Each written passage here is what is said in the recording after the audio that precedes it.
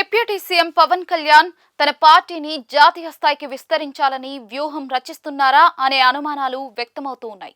Party సభ్యత్వ నమోదు కార్యక్రమానికి శ్రీకారం చుట్టిన సందర్భంగా పవన్ కళ్యాణ్ చేసిన వ్యాఖ్యలు ఈ అనుమానాలను మరింత చేకూరుస్తున్నాయని అంటూ ఉన్నారు.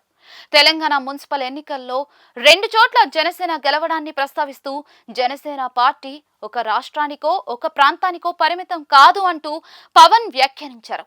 అంతేకాకుండా తమిళనాడు, కర్ణాటక, మహారాష్ట్ర నుంచి కూడా తనకు ఆహ్వానాలు ఉన్నాయని చెప్పారు. దీంతో పవన్ తన పార్టీని జాతీయ స్థాయికి విస్తరించాలని అనుకుంటున్నారా అనే చర్చ ఎక్కువగా జరుగుతోంది. ఉమ్మడి రాష్ట్రంలో 2014లో జనసేన పార్టీని పవన్ కళ్యాణ్ ప్రారంభించారు.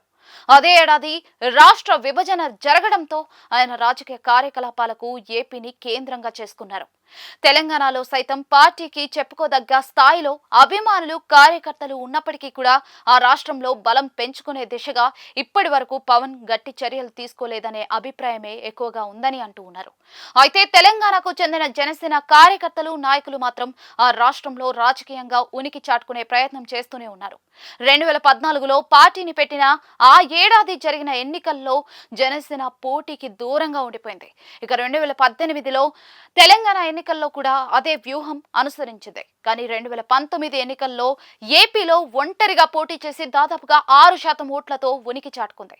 ఇక ఆ తర్వాత జరిగిన స్థానిక సంస్థల ఎన్నికల్లో ధీటుగా పోటీ పడింది. ఈ క్రమంలో 2024 ఎన్నికల్లో బలమైన శక్తిగా జనసేన ఎదిగింది. ఆ ఎన్నికల్లో 100% స్ట్రైక్ రేట్ సాధించిన జనసేనాని పవన్ కళ్యాణ్ జాతీయ స్థాయిలో అందరి దృష్టిని ఆకర్షించారని అంటూ ఉన్నారు.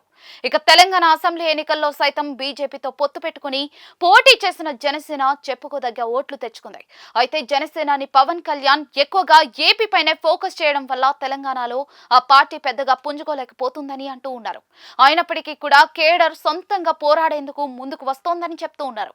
మున్సిపల్ ఎన్నికల్లో 2 స్థానాల్లో గెలవడం, మరికొన్ని స్థానాల్లో బలమైన పోటీ ఇవ్వడంతో తెలంగాణలో పార్టీ భవిష్యత్తుపై కార్యకర్తలు ఆశలు పెంచుకున్నట్లుగా చెప్తూ ఉన్నారు. ఇదే సమయంలో జనసేనాని పవన్ కళ్యాణ్ వ్యాఖ్యలు పార్టీలో అంతర్గతంగా విస్తృత చర్చకు దారితీస్తున్నట్లుగా వ్యాఖ్యానిస్తూ ఉన్నారు. సినిమా హీరోగా పవన్ కు దేశవ్యాప్తంగా ప్రత్యేక గుర్తింపు ఉంది. ముఖ్యంగా దక్షిణ భారతదేశంలో ఆయనకు పెద్ద సంఖ్యలో అభిమానులు ఉన్నారని చెప్తూ ఉన్నారు.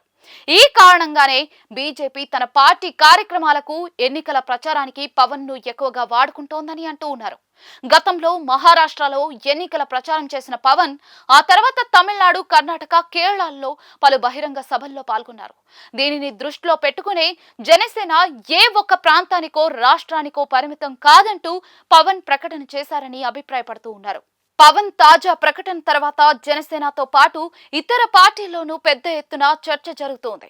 ఏ ఆలోచన లేకుండా పవన్ ఇలాంటి ప్రకటన చేయరని అంటూ ఉన్నారు. ప్రస్తుతం పవన్ పార్టీకి ఉన్న ఎన్నికల గుర్తు గ్లాసును శాశ్వతంగా పొందాలంటే ఏపీతో పాటు తెలంగాణలోనూ ఓట్లు తెచ్చుకోవాలనేది పవన్ వ్యూహంగా ఉందని అంటూ ఉన్నారు. ప్రస్తుతం ఏపీ వరకు జనసేన పార్టీకి గ్లాస్ గుర్తు అధికారికంగా కేటాయించినట్లుగా చెప్తూ ఉన్నారు. తెలంగాణ అసెంబ్లీ ఎన్నికల సమయంలో ఈ గుర్తు విషయంలో తీవ్ర గందరగోళం ఏర్పడిందని గుర్తు చేస్తూ ఉన్నారు. ఈ పరిస్థితులు పునరావృతం కాకూడదంటే జనసేనకు తెలంగాణలోనూ గుర్తింపు ఉండాలని పవన్ ఆకాంక్షిస్తూ ఉన్నారు. ఈ దిశగానే జాతీయ పార్టీగా విస్తరించే ఆలోచన చేస్తున్నారని అంటూ ఉన్నారు.